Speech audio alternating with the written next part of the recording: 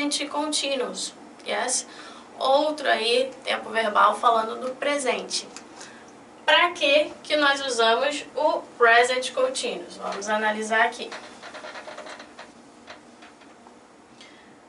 Tem algumas situações aí. Por exemplo, algo que está acontecendo agora, nesse exato momento.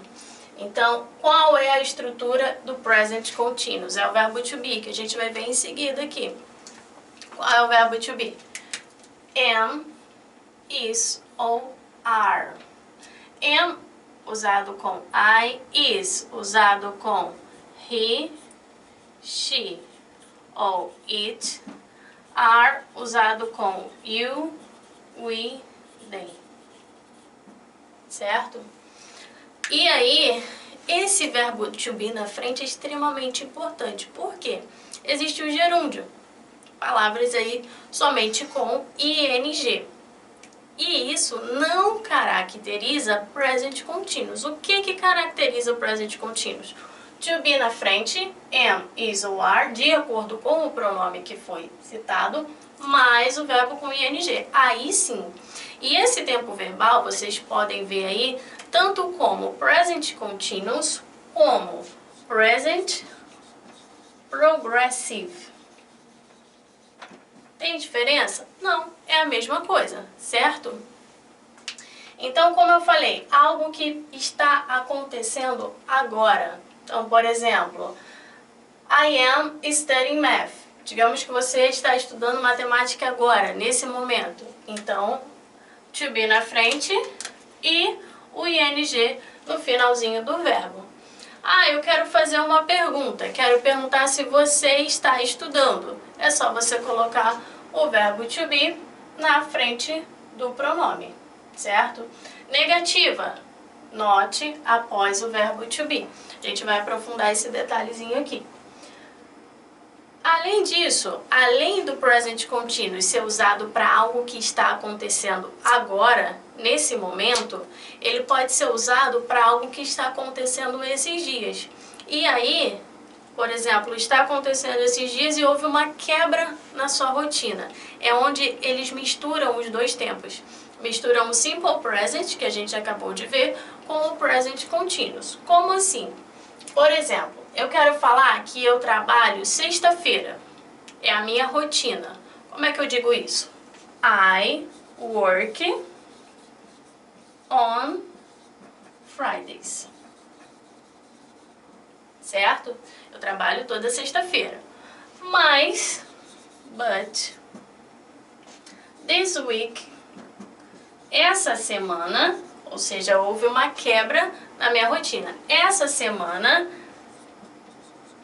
eu estou, I am working on Tuesdays. Então, eu trabalho sexta, mas essa semana eu estou trabalhando na terça-feira. Houve uma quebra na minha rotina. Não é algo que está acontecendo agora, mas está acontecendo essa semana, esses dias. Também usamos o present continuous para isso. Então, por exemplo, essa primeira frase, se perguntassem que tempo verbal é esse? Isso aqui é simple present. É a minha rotina. Certo? Agora, se perguntar, que tempo verbal é esse? Present continuous. Ou, como a gente combinou ali, progressive. Certo? Então, duas situações aí para você usar o present continuous. Além disso, ele pode ser usado para expressar futuro. Certo? Vamos analisar. Por exemplo, eu posso dizer aqui, I'm traveling tomorrow. Eu estarei viajando amanhã. I'm traveling tomorrow. O que nós tivemos aqui que diferenciou, que deu essa ideia de futuro? O advérbio de tempo no futuro. Amanhã. certo?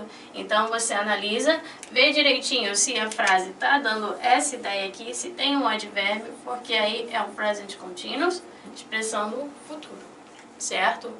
Então esse material aqui vai estar disponível depois para vocês lerem lá direitinho e com algumas questões aí que a gente já vai resolver também. Então sobre Simple Present, né, a gente já viu.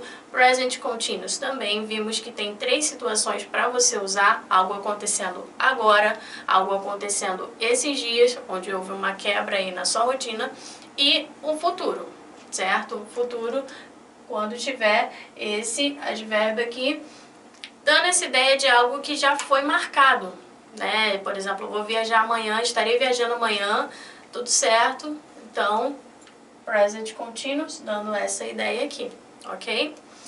E vamos fechar aí vendo o verbo to be, que a gente comentou agorinha aqui. Verbo to be. Às vezes tem gente que fala, isso eu já sei, ou, né, aprendi e tudo mais, acaba subestimando. Tem questão sobre isso. Quando cai questão sobre isso, é realmente fácil, mas você tem que analisar direitinho. Nunca subestime questão, tá? Às vezes tem uma pegadinha lá, você deixa passar, enfim. Tá? A gente viu que a estrutura do present continuous é o que? To be com ing. O que é o verbo to be? Às vezes vamos falar I am. I é o pronome, né? Am é o que? Am é o verbo to be. Am, is ou are. Isso aqui nunca vai mudar. I sempre vai ser usado com am. Eu não posso usar I com nenhum desses outros dois aqui. He, she ou it, terceira pessoa do singular. O verbo to be é is. A única coisa que vai alterar o quê? É a posição do verbo to be. Porque se for na interrogativa, é o to be na frente do pronome. You e they are, sempre, certo? Vocês vão ver aí a aula de pronomes bonitinha. Então, se eu quiser criar uma frase aqui, se eu quiser falar que ela é inteligente, she is smart, certo? Interrogativa. Quero perguntar se ela é médica. Is she a doctor? Certo?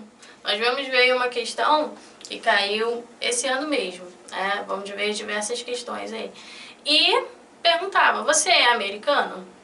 Você tinha que simplesmente colocar o to be na frente do pronome aí, correspondendo a você, certo? Então, are you? Quero perguntar se você é brasileiro. Are you Brazilian? Certo? O to be ele vai ficar na frente do pronome correspondente a ele. Então, se for you, we, they, sempre vai ser o are na frente. He, she ou it, is. Se for I, am. Certo? Negativa, o que eu faço?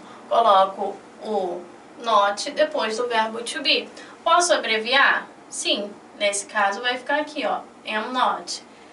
Is vai ficar isn't. Are vai ficar aren't. E aí, às vezes, a questão é simplesmente eles te dão uma frase e pedem, coloque essa frase na negativa. Quando é a frase com o verbo to be, moleza, porque digamos que eles usaram essa frase aqui, she's smart, pediu para você passar para a negativa. Se ele já vai te indicar o to be, que é só você colocar o not. Isn't. She isn't smart, certo? Igual nós vimos ali, ok?